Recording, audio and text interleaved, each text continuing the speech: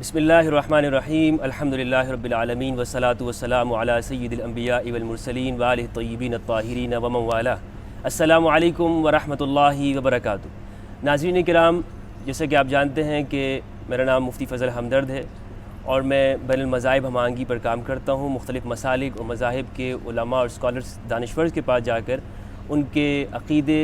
اور فکر کے بارے میں ان سے سوال کرتا ہوں تاکہ ہمارے معاشرے کے اندر تشدد اور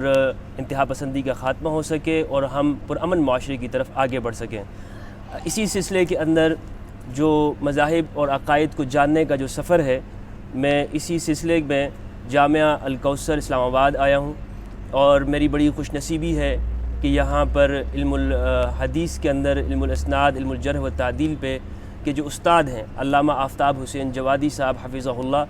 انہوں نے مجھے وقت عنایت کیا، میں ان کا متشکر اور ممنون ہوں۔ اور یہاں میں نے ظہر کی نماز پڑھی باجماعت اس ادارے کے اندر، بڑا ہی لطف آیا، بڑا ہی سکون ملا۔ میں اللہ سبحانہ و تعالیٰ سے دعا گو ہوں کہ پروردگار ہم سب کو ایک دوسرے کو جاننے اور سمجھنے کی توفیق عطا فرمائے۔ میں ان سے سوال کرنا چاہوں گا جو ہمارے معاشرے کے اندر خاص طور پر ہم سنیوں میں اہل تشیع کے بارے میں جو غلط فہمیاں ہیں اس کو میں جان سکوں۔ ان سوالات کو میں جس طرح کے دیگر اسکالرز کے پاس میں نے رکھا ہے، آج میں علامہ آفتاب حسین جوادی صاحب کے سامنے رکھوں گا کہ وہ اس بارے میں کیا عقیدہ اور کیا نقطہ نظر رکھتے ہیں۔ ہماری سنیوں میں یہ بات مشہور ہے، ہر سنی کو بتایا جاتا ہے کہ شیعہ کا یہ عقیدہ ہے کہ سارے صحابہ وہ رسول اللہ صلی اللہ علیہ وآلہ وسلم کے بعد مرتد ہو گئے تھے، دین سے پھر گئے تھے، سوائے 5 اصحاب کے، مقداد، ابو ذر، سلمان فارسی، عمار اور دیگر صحابہ کے۔ یہ 5 نام ہمیں بتائے جاتے ہیں۔ تو کیا یہ الزام ہے یا اس کے اندر حقیقت ہے؟ اس پہ ذرا روشنی ڈالیں گے۔ حضرت میں آپ کا بڑا ہی متشکر ممنون ہوں۔ بہت شکریہ، آپ تشریف لائے اور اللہ تعالیٰ آپ کی یہ کاوش اور بین المسلمین اتحاد اور وحدت اور یگانگت پہ آپ کام کر رہے ہیں اور ہم آپ کو خوش آمدید کہتے ہیں۔ شکریہ کہ اللہ تعالیٰ آپ کو ان نیک مقاصد اور اہداف میں کامیابی اور کامرانی سے آپ کو ہمکنار کرے، آمین۔ اور آج دیکھیں اسلام دشمن قوتیں مسلمانوں کو فرقوں میں بانٹ رہی ہیں، فرقوں میں تقسیم کر رہی ہیں، پہلے بھی کرتی آئی ہیں۔ تو اب اس عصر حاضر میں ہم سب مسلمانوں کو تمام مسالک کو جی یہ اپنے اوپر لازم قرار دینا چاہیے کہ ہم ایک دوسرے کے پاس جائیں، ایک دوسرے کے مدارس میں جائیں۔ یعنی پاکستان میں جتنے مسالک ہیں، دیوبندی ہیں، مماتی، حیاتی، بریلوی ہیں، رضوی ہیں، تفصیلی ہیں، جو بھی ہیں، اہل حدیث ہیں ہمارے دوست، جتنے مسلمان یعنی مسالک ہیں، یہ ایک دوسرے کے مدارس میں جائیں اور مدارس میں جا کر ان کے معتقدات سے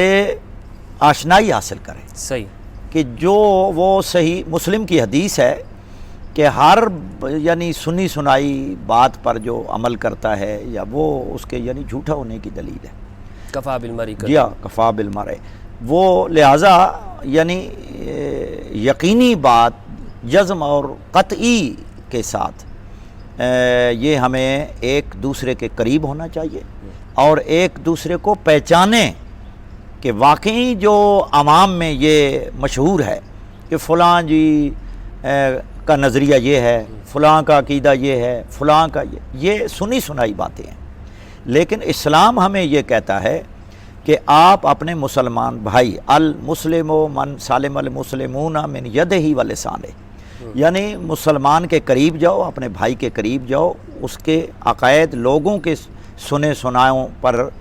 سنی سنائی یعنی باتوں پر اعتماد و یقین نہ کرو جب تک آپ ان سے نہ سن لیں۔ تو اس لیے ہم آہنگی اور وحدت اسی میں ہے کہ ہم ایک دوسرے کے قریب ہوں اور ایک دوسرے۔ اس سے پہلے آپ یعنی ماضی میں چلے جائیں، تمام علماء کرام یعنی مولانا قاسم نانوتوی صاحب نے لکھا ہے کہ میں میر حامد حسین لکھنوی ان کے پاس گیا، یعنی علماء کی ایک دوسرے کے پاس آمد و رفت ہوتی تھی۔ صحیح۔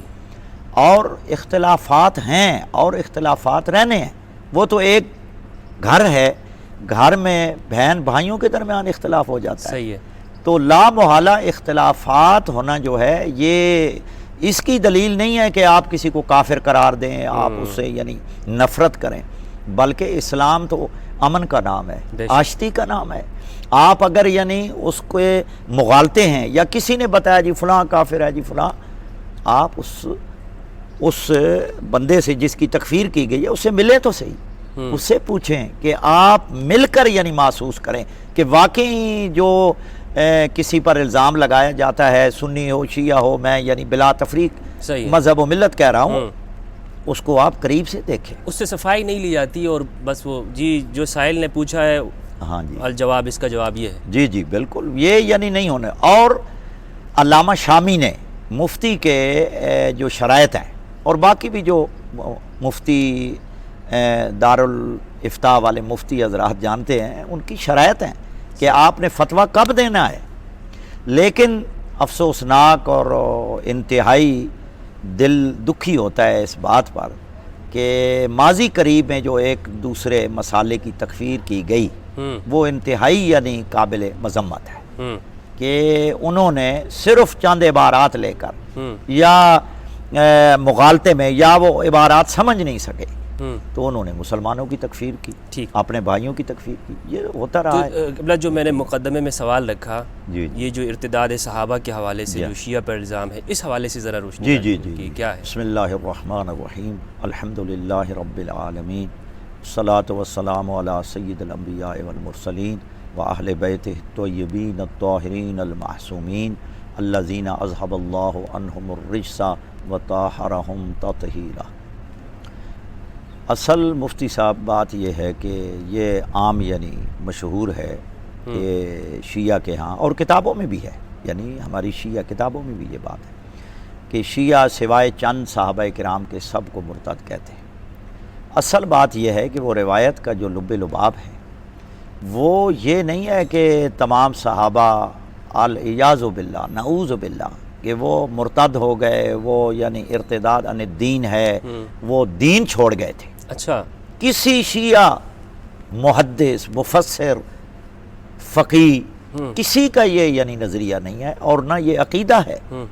بلکہ وہ جو روایات رجال کشی میں ہے، الکافی میں ہے، باقی ہماری کتابوں میں، وہ ارتداد عن الاستقامت ہے، ارتداد عن الدین نہیں ہے،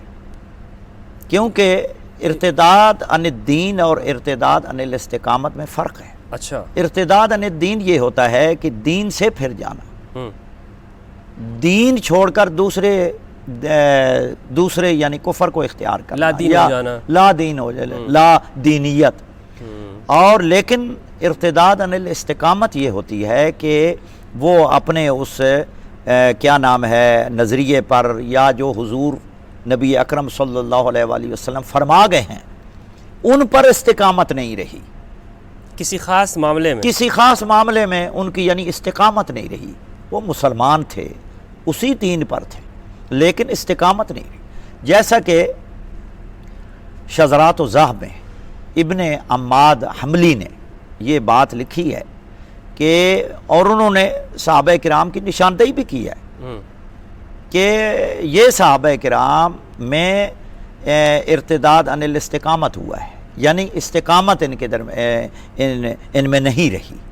یعنی وہ ارتداد عن الاستقامت ہے۔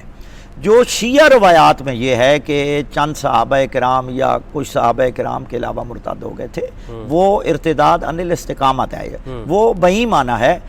کہ شیعہ کا یہ عقیدہ اور یعنی تواتر سے بلکہ متواتر یہ چیز ہے، شیعہ کے ہاں عقیدہ ہے کہ پیغمبر اسلام صلی اللہ علیہ وآلہ وسلم کے متصل خلیفہ بلا فصل مولا کائنات امیر المومنین ہے، اور یہ سب جانتے ہیں۔ یعنی ولایت علی کے اس غدیر کے اعلان کے پر وہ قائم نہیں رہے ہیں۔ ہاں، یعنی غدیر کا بھی معاملہ ہے اور بعد میں بھی حضور نے کئی دفعہ فرمایا، یعنی حدیث منزلت جو بعد میں نہیں پڑھی جاتی۔ حضور فرماتے ہیں کہ میں یعنی جب دنیا سے چلا جاؤں وَأَنْتَ خَلِيفَتِي فِي كُلِّ مُؤْمِنٍ بَعْدِي، اور یہ حدیث کتاب السنہ ابن ابی عاصم شیبانی نے بھی لکھا ہے اور علامہ البانی علامہ ناصر الدین البانی نے بھی کہا ہے کہ اسنادہ حسن، مستدرک امام حاکم میں ہے، باقی یعنی سنی احادیث کی کتابوں میں یہ روایت موجود ہے کہ مولا یعنی محمد الرسول اللہ صلی اللہ علیہ وآلہ وسلم نص صریف فرما گئے ہیں اچھا کہ میرے بعد یعنی میرا متصل خلیفہ جو ہے علی ہے، تو ہے، اور یہ بالکل صحیح اسناد کے ساتھ ہے۔ اور حدیث غدیر کا تو مارکۃ الحرام مسئلہ ہے، وہ بھی یعنی ان کی امامت پر یہ دلالت کرتا ہے، جو میں نے اپنے ایک رسالے میں وہ اس کی بھی وضاحت کی ہے، اخبار جنگ میں بھی میرا وہ آرٹیکل چھپا ہے صحیح ہے کہ حدیث غدیر اور خطبہ غدیر کا یعنی معنی اور مفہوم اور اس کی دلالت۔ اور بہرحال یعنی مقصد یہ تھا کہ بہت سے صحابہ کرام ان میں یہ استقامت نہیں رہی کہ انہوں نے مولا کائنات حضرت امیر المومنین کو چھوڑ دیا، یعنی ان کی خلافت پہ وہ مولا امیر المومنین کا ساتھ نہیں دیا۔ بہرحال وہ کیسے حالات تھے، معروضی حالات میں انہوں نے کیا ہے صحابہ کرام نے، یا جو بھی ہے، یعنی اس سے مراد یہ ہے۔ لیکن رجال کشی میں یا دیگر جو شیعہ کتابوں میں یہ جو روایت ہے، اس میں ہے کہ بعد میں پھر وہ واپس آ گئے، یعنی استقامت بھی یعنی استقامت پر وہ برقرار ہو گئے۔ اچھا آگے ساتھ ہی یہ روایت کے جملے ہیں کہ بعد میں انہوں نے پہچان لیا کہ واقعی یعنی مولا کائنات نے، کیونکہ جب گواہیاں لیں اور سارا یہ ایک بڑا یعنی مارکۃ الآراء مسئلہ ہے، مسئلہ امامت، اور اس پر سیر حاصل باتیں یعنی ہو چکی ہیں، کیونکہ ہمارا یہ موضوع نہیں ہے۔ تو اس حوالے سے ارتداد کا مسئلہ ہے۔ ارتداد کیونکہ پیغمبر اسلام صلی اللہ علیہ وآلہ وسلم کے بعد یعنی بالاتفاق تمام مسلمانوں کا اجماع ہے، اتفاق ہے کہ ارتداد ہوا ہے، جیسا کہ حدیث حوض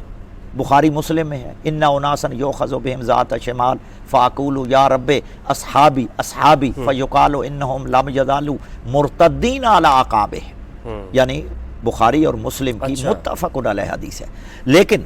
یہ دوسری حضرت قتادہ یعنی معمر بن راشد حضرت قتادہ رضی اللہ تعالیٰ عنہ سے روایت ہے کہ جب حضور خاتم الانبیاء امام الانبیاء صلی اللہ علیہ وآلہ وسلم کا انتقال ہوا، تو اس کے بعد سوائے 3 مساجد کے،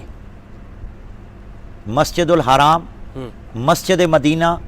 اور مسجد بحرین کے علاوہ تمام عرب یعنی مرتد ہو گئے تھے۔ یہ میرے سامنے مصنف عبد الرزاق صنعانی جو امام بخاری کے بھی استاد ہیں، اس کی یہ 11ویں جلد ہے، صفحہ 52 ہے۔ یہ میں صرف اپنے ناظرین اور سامعین کی معلومات کے لیے یہ بیان کر رہا ہوں، اور اس کی سند بالکل ٹھیک ہے۔ اخبرنا عبد الرزاق عن معمر عن قتادہ تھا قال لما مات رسول اللہ صلی اللہ علیہ وآلہ وسلم ارتدت العرب الا 3 مساجد، تمام عرب یعنی مرتد ہو گیا سوائے 3 مساجد کے، مسجد الحرام و مسجد المدینہ و مسجد البحرین۔ یہ اس کی سلسلہ روات جو ہیں، معمر بن راشد بخاری مسلم کا راوی ہے، عبد الرزاق صنعانی وہ بھی ثقہ ہیں، حضرت قتادہ ہیں وہ بھی ثقہ ہے، سند بالکل ٹھیک ہے، صحیح سند ہے۔ اس کے بعد یہیں روایت جو ہے یہ فضائل الصحابہ، اور اس کا رقم کیونکہ وہ ایک جلد میں بھی چھپی ہوئی ہے، 2 جلدوں میں بھی، حضرت شیخ وسیع اللہ کیا نام ہے، وسیع اللہ عباس ہے غالباً نام ان کا، انہوں نے وہ ان کی تحقیق کے ساتھ یعنی محقق جو چھپا ہے، اس کا 1510 نمبر ہے، یعنی حدیث کا نا رقم جو ہے 1510 ہے جو مجھے یاد آ رہا ہے، اس میں بھی یہ موجود ہے۔ اس کے بعد یہ میرے سامنے مسند ابی بکر صدیق ہے، علامہ مروزی کی، علامہ ابو بکر احمد بن علی بن سعید اموی مروزی کے، جن کا انتقال 252 ہجری میں ہوا ہے۔ ان میں یہ صحیح و سند روایت موجود ہے کہ تمام عرب حضور اکرم صلی اللہ علیہ وآلہ وسلم کے بعد مرتد ہو گیا تھا سوائے 3 مساجد، یعنی ان مساجد یعنی کے جانے والے، اس میں نماز پڑھنے والے، جی نماز یعنی جو ان یعنی مساجد کے ساتھ مربوط لوگ تھے، صحیح، ان کے علاوہ یعنی لما مات رسول اللہ، ہاں صحیح، یہ یعنی مقید کیا انہوں نے کہ جب پیغمبر اسلام صلی اللہ علیہ وآلہ وسلم کا انتقال پر ملال ہوا اس وقت یعنی ارتدت العرب، دیکھیں انہوں نے کلی لکھا ہے کہ عرب جو ہے وہ مرتد ہوئے، اور بھی یعنی محدثین نے لکھا ہے، میرے کتب خانے میں کتابوں کے حوالے لگے ہوئے ہیں کہ حضور اکرم صلی اللہ علیہ وسلم کے بعد ارتداد کی جو وبا پھیلی،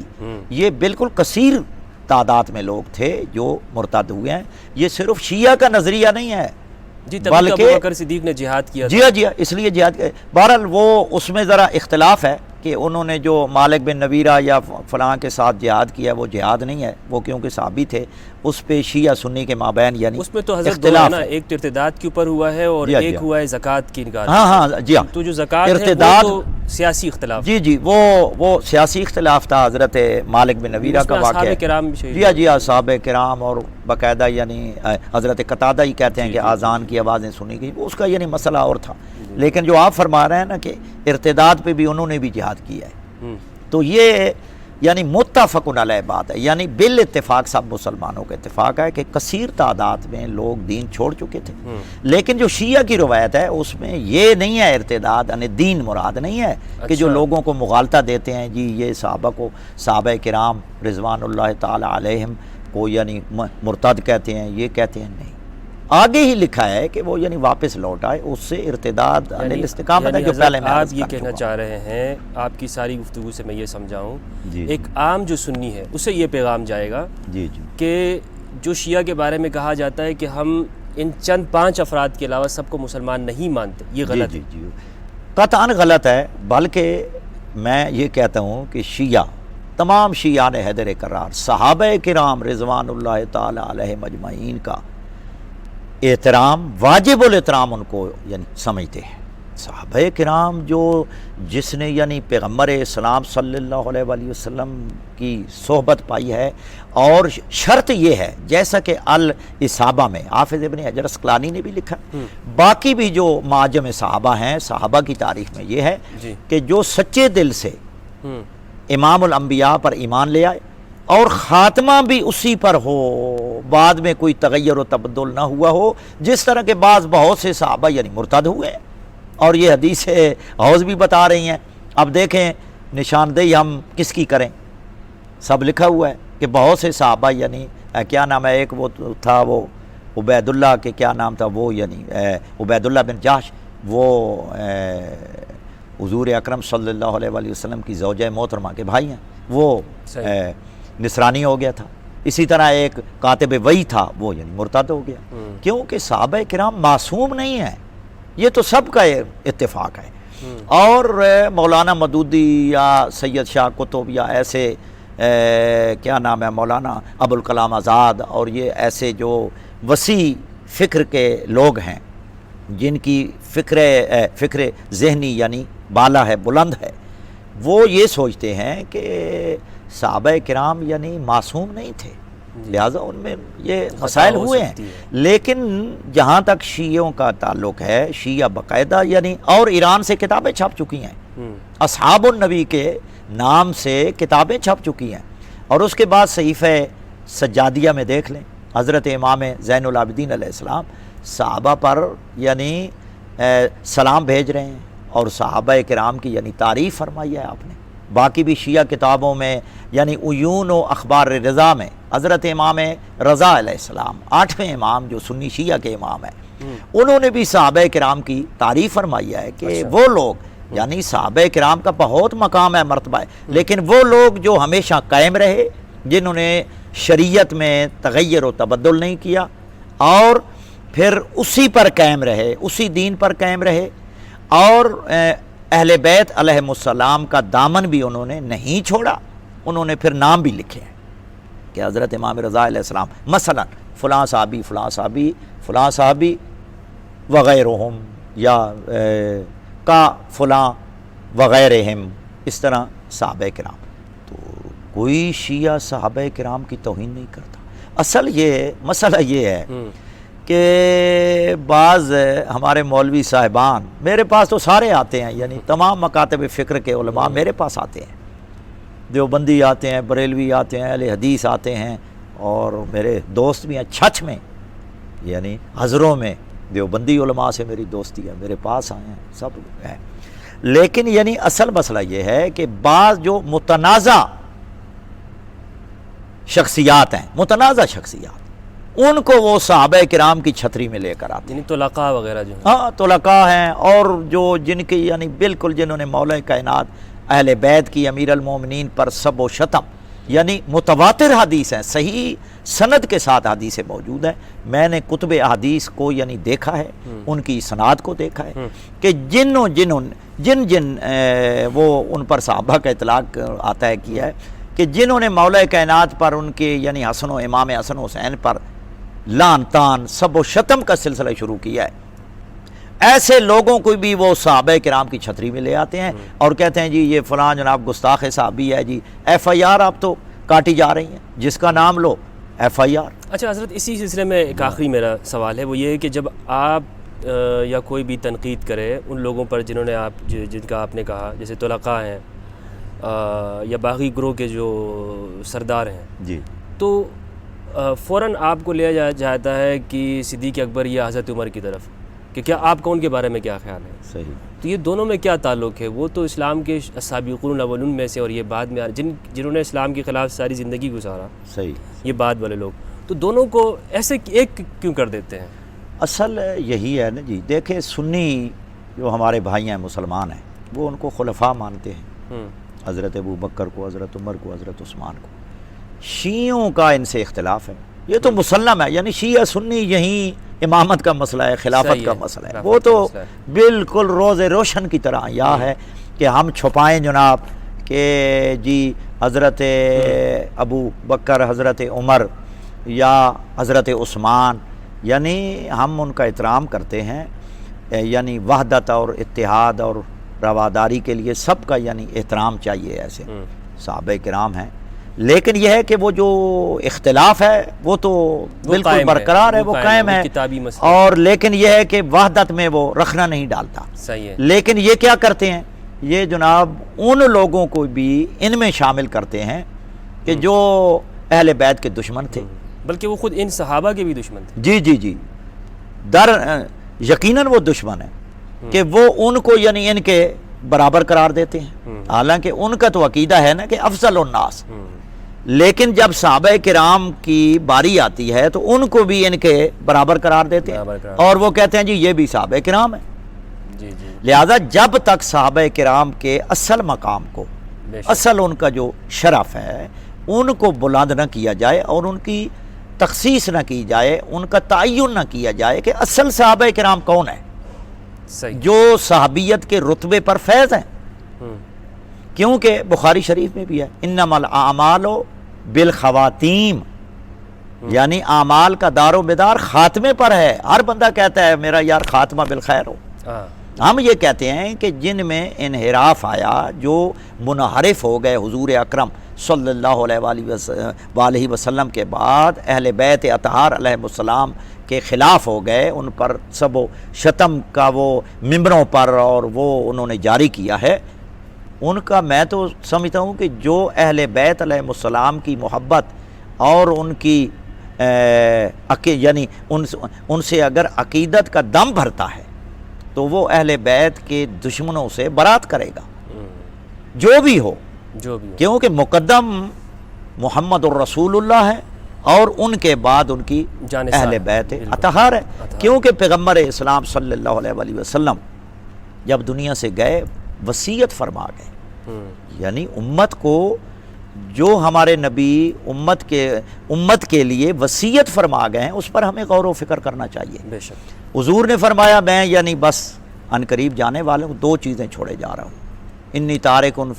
فیکم الثقلین فیکم خلیفتین وقد ترکت فیکم امرین. وہ کتاب اللہ ہے، ہمارا آئین اور منشور اور آئینی اور آفاقی کتاب قرآن مجید ہے، اس کے بعد اطرت اہل بیت ہے، جو ان دونوں کا دشمن ہے. ہمیں تمام مسلمانوں کو اسے دشمنی رکھنی چاہیے. بے شک. بہت بہت شکریہ حضرت علامہ آفتاب جوادی صاحب. ناظرین، جو سوال تھا اس کا بھرپور جواب حضرت کی طرف سے آیا ہے، اور اس حوالے سے اگر آپ کے ذہن میں کوئی سوال ہو تو کمنٹ ضرور کیجیے گا تاکہ ہم انشاءاللہ نیکسٹ ملاقات کے اندر حضرت سے وہ سوال رکھ سکیں. اجازت چاہتا ہوں، اپنا خیال رکھیے گا. السلام علیکم ورحمۃ اللہ وبرکاتہ. حضرت میرا دوسرا سوال یہ ہے کہ ہم بہت سنتے ہیں کہ شیعہ کیسے مسلمان ہو سکتے ہیں جبکہ ان کا کلمہ ہی ہم سے الگ ہے. ہم سنی کلمہ پڑھتے ہیں لا الہ الا اللہ محمد رسول اللہ صلی اللہ علیہ وآلہ وسلم، جبکہ شیعہ تو اس سے آگے بھی ملاتے ہیں علی ولی اللہ خلیفۃ بلا فصل و وسیع. تو یہ تو کلمہ ہی آپ لوگوں کا الگ ہے، تو اس لیے آپ جو مسلمانوں کے جو تعریف ہے اس میں فٹ نہیں بیٹھتے ہیں. تو اس حوالے سے آپ کیا کہنا چاہیں گے کہ آپ کا کلمہ الگ ہے یا وہ جو اضافہ ہے اس کی کیا حیثیت ہے؟ صحیح. اصل یہ ہے کہ کلمہ قرآن مجید میں تو یکجا بطور کلمہ کے الفاظ نہیں ہیں، یہ ایک شہادت ہے. صحیح. یہ نہیں ہے کہ لا الہ الا اللہ محمد الرسول اللہ، بس یہ اصل ہے گواہی دینا، یعنی اقرار باللسان کا نام یعنی اسلام ہے، تصدیق بالقلب. یہ اشہد ان لا الہ الا اللہ وحدہ لا شریک لہ اشہد ان محمدا عبدہ ورسولہ ارسلہ بالحق فلاں. یہ جو کلمہ ہے اس کا جو انکار کرتا ہے، یعنی بخاری شریف آپ کتاب الایمان پڑھ لیں جو مسلمان کی انہوں نے تعریف کی ہے، ان میں اس کے مطابق یعنی سب مسلمان یعنی برابر ہیں. کتاب الایمان میں پیغمبر اکرم صلی اللہ علیہ وآلہ وسلم کی جو حدیث یعنی بخاری کا کتاب الایمان ہی بندہ پڑھ لینا تو مسلمان کی تعریف، مسلمان کسے کہتے ہیں؟ صرف مسلمان، مومن کا رتبہ تو تھوڑا آگے ہے. اصل یہ مسئلہ ہے مفتی صاحب کہ کلمہ اسلام لا الہ الا اللہ محمد الرسول اللہ، اگر کوئی اس کلمہ کا انکار کرتا ہے، اقرار نہیں کرتا، منکر ہے، وہ دائرہ اسلام سے خارج ہے. اس کو کہا جا سکتا ہے کہ یہ اقرار باللسان نہیں کر رہا، مسلمان نہیں ہے اگر اس کا منکر ہے تو. لیکن جو لا الہ الا اللہ محمد الرسول اللہ کا قائل ہے، پڑھتا ہے، صرف آگے یعنی علی ولی اللہ وسیع رسول اللہ و خلیفۃہ بلا فصل اس کا اضافہ کرتا ہے، یعنی وہ کلمے کا منکر نہیں ہے، کلمہ اس نے پڑھ لیا ہے، صرف اس نے آگے الفاظ جو ہیں اس میں اضافہ کیا ہے، انکار تو نہیں کیا. یعنی وہ اللہ کے الہ ہونے میں اور محمد صلی اللہ علیہ وآلہ وسلم کے رسول ہونے کا انکار نہیں کر رہا. اصل مسئلہ ہے بعد والا. اب یہ ہے کہ ہر مسلک کو اختیار ہے کہ وہ اپنے مسلمات اور اپنی احادیث، اپنے یعنی اکابرین ائمہ کی تعلیمات کے مطابق، حضور اکرم کی تعلیمات کے مطابق، اہل بیت صحابہ کرام کی تعلیمات کے مطابق عمل کرے. آزادی ہے ہر ایک کو. اب یہ ہے کہ شیعہ کا جو کلمہ ہے وہ انکار نہیں کرتے، وہ آگے وہ جو الفاظ ہیں وہ ہم اس لیے پڑھتے ہیں شیعہ کہ ہم مانتے ہیں حضور اکرم صلی اللہ علیہ وآلہ وسلم کے بعد اہل بیت کو، یعنی مولا کائنات سے لے کر حضرت امام مہدی اجل اللہ تعالی فرجہ شریف تک یہ ہمارے 12 ہادیان برحق ہیں. ان کے ارشادات، ان کی تعلیمات پر ہم عمل کرتے ہیں، جو کچھ انہوں نے فرمایا ہے. اب ہم جو مولا علی کا کلمے میں یعنی علی ولی اللہ، علی اللہ کے ولی ہیں، کوئی انکار نہیں کرتا. علامہ وحید الزمان حیدرآبادی نے انوار اللغہ میں بڑے مزے کی بات لکھی ہے. کہتا ہے کہ میرے پاس ایک بندہ دوڑتا ہوا آیا اور کہتا ہے جی شیعہ کی اذان ہو رہی ہے. انہوں نے کہا اشہد ان امیر المؤمنین ہیں جی و امام المتقین، اور مولا علی کا نام لیا ہے انہوں نے. تو علامہ وحید الزمان نے کہا آپ تو صرف یہ کہتے ہیں، میں تو پھر انہوں نے آگے یعنی القاب ذکر کیے کہ آیا یعنی علی اللہ کے ولی نہیں ہے، رسالہ تو ختم ہو گئی. اور یہی دلیل ہے، یعنی یہ تو علامہ وحید الزمان نے نہیں لکھا، لیکن وہ کہتے ہیں کہ آپ تو یہاں تک کہہ رہے ہیں، میں تو اس سے بھی زیادہ کہتا ہوں. اچھا، تو اس میں کیا حرج ہے؟ انہوں نے کہہ دیا، ہم اس کے منکر ہیں. تو اصل یہ ہے کہ کلمہ لا الہ الا اللہ محمد الرسول اللہ کے بعد علی ولی اللہ ہم پڑھتے ہیں. ہمیں یہ تعلیم یعنی ان 12 ائمہ نے دی ہے. اچھا، ان کا عمل ہے یہ، ان کے ارشادات ہیں، ان کے سامنے پڑھا گیا ہے. اور یہ اس کے بعد ہماری یہ بھی گواہی ہے کہ نبوت ختم ہو گئی یا ولایت شروع ہے. امامت شروع ہے، امامت کا اجرا ہے، اور نبوت یعنی حضور پر ختم ہو گئی ہے۔ ہمارے ہاں صحیح و سند روایات اصول کافی میں صحیح و سند حدیث موجود ہے کہ ایک بلخ کا غیر مسلم آدمی آیا امام رضا علیہ السلام کے سامنے، اس نے 3 سوال کیے یعنی اللہ تعالیٰ کی توحید کے متعلق، تو امام علیہ السلام نے جواب دیے، اور وہ جواب سے جب مطمئن ہوا تو اٹھا اور ان کی پیشانی کو چوما، اور چومنے کے بعد پھر انہوں نے گواہی دی، ہیں جی، اور اشہد ان لا الہ الا اللہ و اشہد ان محمد رسول اللہ و اشہد ان اشہد ان علی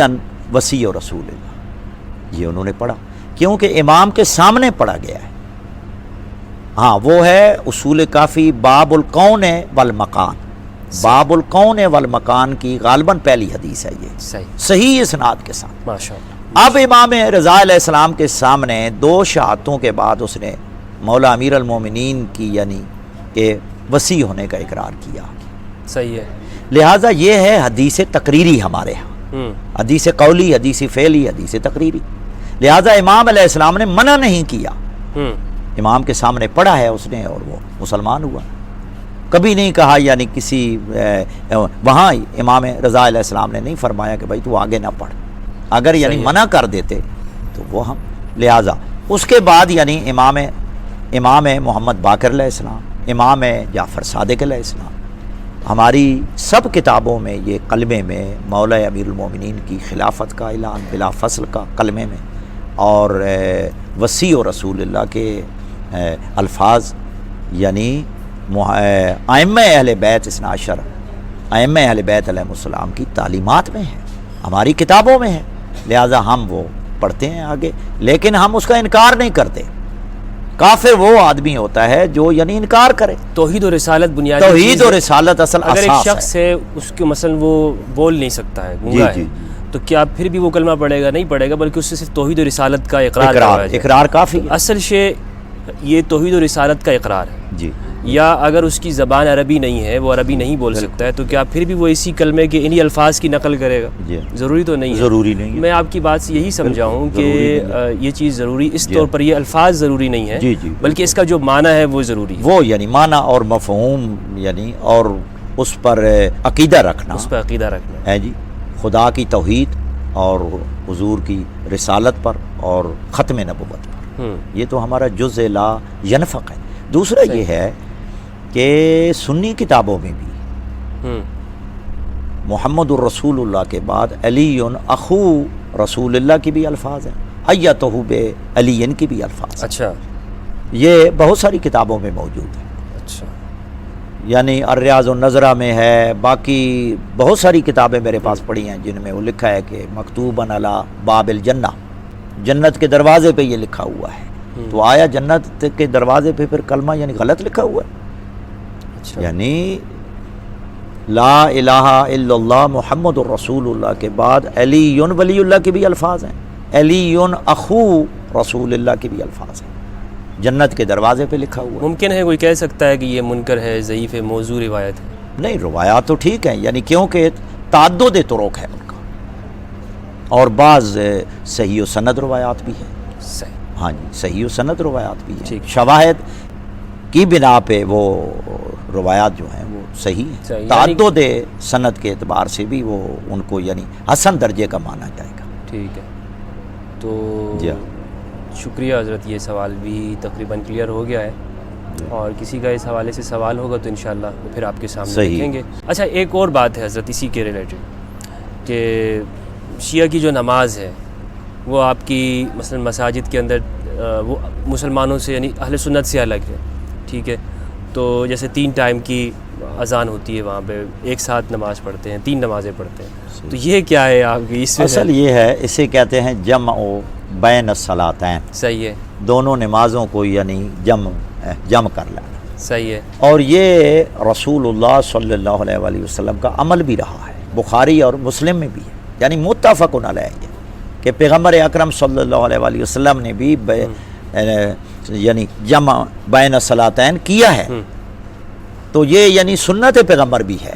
کہ ہماری یعنی آذان ایک ہوتی ہے، اس میں مثال کے طور پر ظہر کی آذان ہوتی ہے، ظہر کے ساتھ ظہر کی نماز ہم پڑھتے ہیں، تسبیح پڑھتے ہیں، دعائیں پڑھتے ہیں، کچھ سنتے ہیں پڑھتے ہیں، ساتھ یعنی عصر کا وقت یعنی شروع ہو جاتا ہے، ہمارے جو فقہا نے لکھا ہے، تو وہ بھی آپ یعنی پڑھ سکتے ہیں، اس میں یہ یعنی کوئی حرج نہیں ہے، لیکن نمازیں الگ الگ ہیں۔ یہ ہے نا کہ نمازیں کیونکہ اذانیں 3 ہیں، لہٰذا شیعوں کی نمازیں بھی 3 ہوں گی، ایسی بات نہیں ہے۔ ہماری نماز پنجگانہ 5 نمازیں ہیں، اور دوسرا یہ ہے کہ شیعہ کی فقہ کی کتابیں یعنی متداول کتابیں موجود ہیں، متداول ہیں،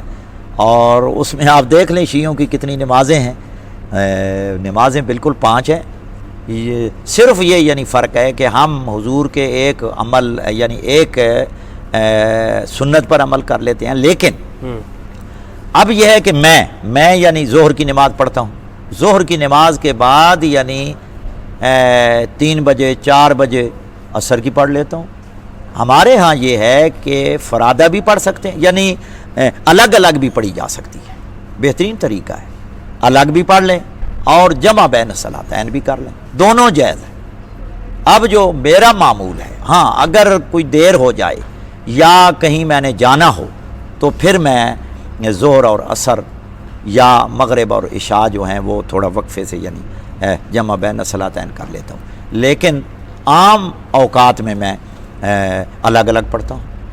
اور بعض ہمارے علماء یعنی الگ بھی پڑھتے ہیں۔ ہمارے ہاں یہ ہے کہ الگ بھی پڑھی جا سکتی ہے، جمع بین الصلاتین بھی جائز ہے، اور سنت رسول ہے جس میں سنی کتابیں بھی یعنی خاص کر بخاری مسلم سیاستہ میں باقاعدہ حضور کا عمل ہے۔ دوسرا یہ ہے کہ اہل سنت میں یہ ہے، سنی بھائیوں میں، کہ وہ کہتے ہیں جی نہیں الگ الگ ہی پڑھنی ہے، جمع بین الصلاتین نہیں ہے۔ ان کو بھی یعنی یہ دیکھنا چاہیے کہ دونوں طریقے جائز ہیں، اگر یعنی آپ جمع بین الصلاتین بھی کر لیں تو وہ بھی سنت پیغمبر ہے، اگر الگ الگ پڑھ لیں تو وہ بھی جائز ہے، وہ بھی یعنی سنت پیغمبر ہے، دونوں یعنی طریقے جائز ہیں، کوئی اس میں یعنی حرج نہیں ہے۔ اور دوسرا شیعہ کی 5 ہی نمازیں ہیں، اور ماشاءاللہ آپ نے بھی پڑھی ہے، ہیں جی، اور بھی علماء اہل سنت میرے پاس آتے ہیں، نمازیں یہاں پڑھتے ہیں، اور سب ہمارے حافظ آئے ہوئے تھے ادھر کیا نام ہے بلدستان سے، اور چھچ سے علماء کرام کا ایک وفد میرے پاس آیا ہوا تھا، تو میں نے کہا جی ان بچوں سے آپ قرآن سنیں، یعنی ایک لفظ آپ قرآن کا ادا کریں، پڑھیں، اور آگے سے یہ پورا یعنی رکوع سنا دیں گے آپ کو۔ اچھا، یہ بھی ہمارے ہاں ایک مشہور ہے کہ شیعہ میں حافظ قرآن نہیں ہوتے۔ جی یہ بہرحال پرانی بات ہے، وہ اب باتیں ختم ہو گئی ہیں، حالانکہ پہلے بھی ہمارے یعنی حفاظ کرام تھے۔ لکھنؤ میں علامہ سید علی نقی نے تذکرۃ الحفاظ باقاعدہ کتاب لکھی ہے، اور لکھنؤ میں مدرسۃ الواعظین میں، جامعہ ناظمیہ میں، اور جو ہمارے یعنی مدارس تھے سلطان المدارس الاسلامیہ، ان میں باقاعدہ یعنی حفاظ کے نام لکھے ہوئے ہیں۔ اصلاح کھجوہ سے ہمارا مجلہ چھپتا تھا، اس میں باقاعدہ یعنی ایک سنی کی طرف سے اعتراض تھا کہ جی شیعوں میں یعنی حفاظ نہیں ہوتے، تو انہوں نے باقاعدہ حفاظ کی فہرست دی تھی۔ اصل مسئلہ یہ ہے کہ سنی برادران کا جو تراویح کا مسئلہ ہے نا جی، ان میں کیونکہ وہ ضروری ہوتا ہے، لہٰذا ان میں اس وجہ سے وہ حفاظ ذرا زیادہ ہوتے ہیں، مارکیٹ بڑی ہے۔ جی مارکیٹ کی وجہ، ہمارے ہاں مارکیٹ نہیں ہے، ہمارے ہاں کوئی یعنی شرط نہیں ہے کہ تراویح ہمارے ہاں نہیں ہے، تو لہٰذا حفاظ کا یعنی اس کا کیا نام ہے یعنی ان کی ڈیمانڈ نہیں ہے کہ حافظ قرآن ہی ہو تو پھر ہی یعنی مسجد میں وہ پیش نماز یا امام مسجد لگ سکتا ہے۔ دوسرا یہ ہے آپ کی یعنی قطع کلامی ہو رہی ہے، دوسرا یہ ہے کہ حدیث میں تو یہ ہے کہ قرآن کو تدبر سے پڑھو، فکر سے پڑھو، یاد کر لینا یا حفظ کر لینا یہ کوئی یعنی کوئی جزء لا ینفق نہیں ہے اسلام کا، یا کوئی لازمی نہیں ہے، اللہ نے اپنے ذمہ لیا۔ جی اللہ نے اپنے یعنی اپنے ذمہ لیا ہوا ہے۔ دوسرا یہ ہے کہ قرآن کو یعنی قرآن کیونکہ کتاب ہدایت ہے، یہ صرف اس کو حفظ کر لینا، رٹا لگا لینا، یہ یعنی کوئی اتنا یعنی معیار نہیں ہے کہ جی حافظ ہوں تو تب بھی، اصل قرآن کو یعنی سمجھنا ہے۔ جی چلیے پھر میں عرض یہ کر رہا تھا کہ ہم اس بات پہ فخر کرتے ہیں کہ ہم اہل بدعت ہیں، کیونکہ ہم تراویح جیسی بدعت پہ عمل کرتے ہیں. جی جی بالکل. وہ تو علامہ محمد بن اسماعیل کہلانی الامیر سبل السلام شرح بلوغ المرام والے نے باقاعدہ لکھا ہے یہ تراویح کے حوالے سے. اب دیکھیں نا یعنی اہل حدیث اور احناف کے ہاں یہی اختلاف عمر نے بھی کہا نا کہ آیا جی یہ بدعت ہے. جی جی نعم البدعت. اب اچھی اور بری تو نہیں لیکن بدعت ہے بہرحال. جی جی بالکل بدعت ہے. دوسرا یہ تو پھر علماء نے آگے تقسیم کی نا بدعت حسنہ اور بدعت سیئہ اور فلاں فلاں. یہ موطا امام مالک میں تنویر الحوالق میں علامہ سیوطی نے بھی لکھا ہے اور مولانا انور شاہ کاشمیری نے فیض الباری میں بھی لکھا ہے کہ اس وقت یعنی جو خلیفہ ہوتا تھا یا حکمران ہوتا تھا وہ نماز پڑھاتا تھا. اچھا جنازے کی نماز بھی وہیں پڑھاتا تھا. کہتے ہیں کہ ہمیں تعجب ہے کہ حضرت عمر جب وہ حضرت ابی ابن کعب کو امام بنا کے گئے لیکن کبھی بھی ثابت نہیں ہے کہ حضرت عمر نے خود تراویح پڑھی. اچھا. اور علامہ سیوطی تنویر الحوالق شرح موطا امام مالک میں لکھتے ہیں کہ حضرت عمر خود یعنی گھر میں پڑھنا افضل سمجھتے تھے. صحیح. اور وہ بھی رات کے یعنی آخری حصے میں پڑھی جائے اور گھر میں اس کا پڑھنا افضل ہے. یہ تنویر الحوالق میں بھی ہے، باقی کتابوں میں بھی وہ میں نے یعنی نشانات لگائے ہوئے ہیں لیکن کہیں ثابت نہیں ہے کتب حدیث میں. جہاں تک میرا مطالعہ ہے اگر کسی کی معلومات یہ ہوں تو وہ میرے علم میں یعنی اضافہ کر دے کہ حضرت عمر نے خود تراویح پڑھائی ہو یا خود کہیں یعنی مسجد میں تراویح کا یعنی اہتمام کیا ہو اور خود پڑھی ہو. کہیں ثابت نہیں ہے کیونکہ وہ گھر میں تراویح کو پڑھنا یعنی افضل سمجھتے تھے. بہت بہت شکریہ حضرت اپنے بہت بہترین طریقے پر اس سلسلے میں رہنمائی کی. میرا اگلا سوال ہے کہ جو صحابہ یعنی جنہوں نے مولا علی کی بیعت نہیں کی ان کے ایمان کے حوالے سے کیا قول ہے آپ لوگوں کا، اور جو مسلمانوں کے جو دیگر فرقے ہیں سنیوں کے بارے میں کیا شیعہ ان کی تکفیر کرتے ہیں؟ اصل یہ ہے جی کہ مولا کائنات امیر المومنین کی بیعت جن صحابہ کرام نے نہیں کی وہ دائرہ اسلام سے تو خارج نہیں ہے، یعنی صحابی ہیں، مسلمان ہیں. صرف یہ ہے کہ انہوں نے خلیفہ راشد کا امام ہونے کا انکار کیا ہے. وہی جو استقامت والی بات آپ جی ہاں استقامت والی بات ہے وہی ہے. اور وہ باغی گروہ ہے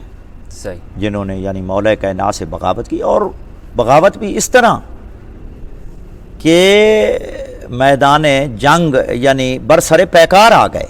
ان کا کام یہ تھا کہ سب سے پہلے ان کو تسلیم کرتے، ان کے ہاتھ پر بیعت کرتے، بیعت کرنے کے بعد پھر وہ مطالبہ کرتے کہ ہمارے یہ مطالبات ہیں اور آپ کی یعنی عدالت میں لے کر آئے ہیں. ہم نے آپ کو یعنی خلیفہ راشد مان لیا ہے، امام مان لیا ہے، ہادی مان لیا ہے، ہمارے یہ مطالبات ہیں. انہوں نے پوری زندگی وَاسْتَمَرُّوا عَلَىٰ ذَلِكَ حَتَّىٰ مَاتُوا، یعنی وہ میرے پاس سعودیہ سے عقائد کی کتاب ہے اس میں یہ لکھا ہے اسی پر قائم رہے اور ان کی توبہ ثابت نہیں ہے یہاں تک کہ مر گئے. جمل والوں نے توبہ کی ہے، صفین والوں نے توبہ نہیں. جی ہاں نہیں کی. بہرحال اس کے بارے میں چلو ایک یعنی الگ پہلو ہے، وہ بھی کتابوں میں ثابت ہے. بہرحال یہ ہے کہ جنگ صفین والوں کا تو بالکل یعنی وہ ثابت ہی نہیں. ہاں مسلمانوں کے دیگر فرقوں کے حوالے سے دیگر فرقے جو مسلمانوں کے ہیں وہ مسلمان ہیں. ہمارے ہاں ہماری اصول کافی میں یہ لکھا ہوا ہے کہ جو، اور بخاری میں بھی یہی بات ہے کہ جو توحید اور رسالت کا اقرار کرتا ہے، نماز قائم کرتا ہے، روزہ رکھتا ہے، زکوٰۃ دیتا ہے اور ظواہر اسلام پر یعنی عمل پیرا ہے، زکوٰۃ وغیرہ زکوٰۃ دیتا ہے، روح بقبلہ نماز پڑھتا ہے، اس پر یعنی مسلمان ہونے کا اتفاق. وہ یعنی وہ بھلے شیعہ نہ ہو، یعنی علل اطلاق شیعہ کی بات نہیں ہو رہی، تمام یعنی فرقے جتنے ہیں یعنی جتنے مسلمان ہیں اچھا وہ یعنی مسلمان ہیں. ہماری اصول کافی میں، ہماری دیگر یعنی احادیث کی کتابوں میں یہ موجود ہے کہ جو کلمہ شہادتین کا اقرار کرتا ہے بالقلب بالتصدیق اور اس کے بعد نماز قائم کرتا ہے، زکوٰۃ دیتا ہے، روزہ رکھتا ہے، حج کا قائل ہے، حج بجا لاتا ہے، یعنی اسلام کے تمام ظاہری احکام پر وہ عمل پیرا ہے، فہو مسلم، وہ یعنی مسلمان ہے، اس کی آپ تکفیر نہیں کر سکتے۔ یہ بہت زبردست بات ہے اور اچھی بات ہے کہ مسلمانوں کے حوالے سے جو تکفیر ہے وہ آپ میں نہیں ہے کہ آپ تکفیر کا تو انتہائی خطرناک، یہ اسلام دشمن کفتوں نے مسلمانوں کو ٹکڑے ٹکڑے کیا۔ میں پہلے بھی کہاں سے آیا یہ مسلمانوں میں دوسروں کو کافر کہنا، یہ کافر ہے وہ کافر ہے؟ بس یہ بہرحال ایک مخفی راز ہے، اچھا، کہ جو اہل علم جانتے ہیں کہ اس کے پس منظر کیا، یعنی اس کے تناظر میں دیکھا جائے، اس کے پس منظر کو دیکھا جائے تو اسلام دشمن کفتوں نے مسلمانوں میں یہ فرقے بنائے، اور اصل تو اسلام دشمن کفتیں جو اسلام کو ختم کرنا چاہتی تھی انہوں نے، اور اب بھی وہ کر رہے ہیں، ہمیں فرقوں میں تقسیم کر رہے ہیں۔ اور آپ کیا سمجھتے ہیں کہ شیعہ سنی میں کون سی وہ بات ہے کہ اگر ہم یہ رکھیں گے تو ان میں امن ہوگا اور وہ آپس میں قریب ہوں گے؟ اصل یہ ہے کہ سب سے پہلے تو بات ہے یعنی وہ جو مشترکات ہیں ہمارے، قرآن ہے ہمارا ایک ہے، سب ہم ایک مانتے ہیں، باقی الزامات ادھر بھی ہیں ادھر بھی ہیں، الزامات کو چھوڑ کر 40، میں آپ کو اس سے بھی آگاہ کر دوں، 40 پاروں کی کسی شیعہ کتاب میں نہ کسی کا قول ہے نہ کوئی روایت ہے، کسی نہ کتاب میں، کسی یعنی ضعیف سے یعنی سطحی کتاب میں بھی یہ لفظ نہیں ہے۔ یہ اصل لکھے ہیں فتح الباری میں علامہ حافظ ابن حجر اسقلانی نے، اور اس کے بعد مولانا احمد علی سہارنپوری نے جہاں وہ فضائل القرآن کے باب میں مقدار قرآن کی بات کی ہے، انہوں نے یہ لکھا ہے کہ حنابلہ اور محدث اسحاق ابن راویہ کا نظریہ یہ ہے کہ 40 پاروں میں سے یعنی جتنی بھی مقدار قرآن کی پڑھی جائے، جتنی مقدار بھی پڑھی جائے وہ یعنی کافی ہے، 40 جز انہوں نے لکھا۔ ممکن ہے کہ کیونکہ یہ اجزاء تو رسول اللہ نے نہیں دیے، جی ہاں نہیں دیے، یہ تو بعد میں بنے ہیں، انہوں نے ہو سکتا ہے اپنے گھر میں قرآن کے 40 اجزاء کیے ہوں، جی ہاں جی اجزاء کی ہے، ٹھیک ہے، اور انہوں نے یہ کہہ دیا ہو کہ بھائی یا اس علاقے میں لوگوں نے 40 اجزاء کیے، جی جی بالکل، یعنی نسخہ ان کے پاس اس طرح سے ممکن جی جی انہوں نے جز آپ نے بنا لیے ہوں، یہ جز کا ترجمہ پھر لوگوں نے پارے کر دیا، جی جی پارے کر دیا، حالانکہ شیعہ کہیں کتاب میں یہ 40 پاروں کا تصور ہی نہیں ہے، جس طرح آپ فرما رہے ہیں نا پروپیگنڈا، یہ یعنی پروپیگنڈے کا یہ بس آج ہے کہ آج ایک دوسرے کو ہم یعنی نشانہ بنا رہے ہیں، جبکہ قرآن کے حوالے سے آپ کے بات یعنی ایک ہے قرآن مجید پر، اور اس کے بعد توحید ہے، رسالت ہے، کعبہ ایک ہے، قبلہ ایک ہے، یعنی ان ہی باتوں پر ہم جزیات کو چھوڑ دیں، اختلافات کو یعنی بالائے طاق رکھتے ہیں، صرف ہم یعنی کلمہ شہادتین کو لے لیں، کلمہ شہادتین کے تو سب یعنی اقراری ہیں، اور اس کے بعد جناب ہمارا جو آئین اور منشور ہے، آفاقی کتاب ہے، قرآن مجید ہے، اس کے بعد بیت اللہ ہے، باقی ہماری جناب زکاتیں ہیں، زکوٰۃ شیعہ بھی دیتے ہیں، وہ بھی دیتے ہیں، جو بھی یعنی مشترکات ہیں اس کو ہم یعنی مد نظر رکھتے ہیں۔ اور مجھے یہ یعنی حیرانگی ہوتی ہے، تعجب ہوتا ہے کہ ہم کافر سے اتحاد کر لیں گے، مشرکین حتیٰ کہ مشرک سے بھی اتحاد کر لیتے ہیں ہم رواداری کے لیے، لیکن ہم مسلمان آپس میں ان مشترکات کو ہی مد نظر رکھتے ہوئے اس پہ ہم جناب افتراق ہے ہمارا، اور اس پہ وحدت نہیں ہے۔ انہی کو ہم لے لیں یہ مشترکات کو، جو یعنی اساسی چیزیں ہیں، تو ہم سب مسلمان یعنی ایک پلیٹ فارم پہ ہم یعنی اسلام کی خدمت کر سکتے ہیں۔ وہی میں آپ کی خدمت میں عرض کر رہا ہوں نا کہ ہم ایک دوسرے کے مدارس میں جائیں، مثلا اکوڑا خٹک سے، جامع حقانیہ سے وفد آیا ہے علماء کا، محققین کا، جو کہ تحقیقی کام میں یعنی مصروف ہیں، ہمارے پاس آئے، وہ تشریف لائے، اور بڑی ہمیں یعنی خوشی ہوئی، اور ہم بھی ان کے پاس انشاءاللہ جامعہ حقانیہ میں جائیں گے، اور ساتھ ہمارے جامعہ سلفیہ ہے، سلفیہ کے علماء بھی ہمارے پاس آتے ہیں، ہمارے طلباء بھی ان کے پاس جاتے ہیں، اور جامعہ سلفیہ کے اساتذہ، ایک وہ استاد ہیں یہاں ہی پڑھاتے ہیں، انہوں نے شیعہ اور سنی کے ہاں یعنی احادیث کا تصور پہ پی ایچ ڈی کیا ہے، تو میرے پاس آتے رہے، میں نے ان کے ساتھ تعاون کیا ہے کہ ہمارے یعنی مشترکات ہیں حدیث اور حدیث پیغمبر، اور اس میں کوئی فرق نہیں ہے، تو ہماری یعنی آمد و رفت ہے تمام مسالے کے علماء سے۔ تو اسی طرح اگر تمام مسلمان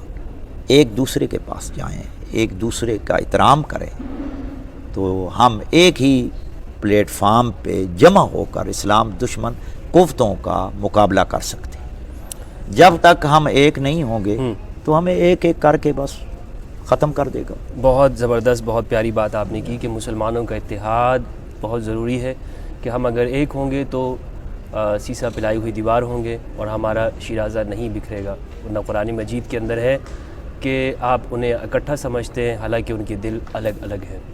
تو اللہ سبحانہ و تعالی ہم سب کے دلوں کو ایک کرے اور صحیح معنوں کے اندر ہم پوری انسانیت کے لیے بہتری کا اور نفع کا کام کر سکیں۔ اجازت چاہتا ہوں آپ سے فی امان اللہ۔ اور اس حوالے سے جو بھی آپ نے سنا، کوئی آپ کے ذہن میں سوال پیدا ہوا ہو، کوئی اشکال ہو، تو ضرور کمنٹ کیجئے گا، انشاءاللہ ہم ممکنہ حد تک علامہ صاحب کے پاس آپ کے سوال کو رکھیں گے، اور تاکہ آپ کی وہ غلط فہمی دور ہو سکے۔ اپنا اور اپنے پیاروں کا خیال رکھیے، اجازت دیجیے، السلام علیکم ورحمۃ اللہ وبرکاتہ۔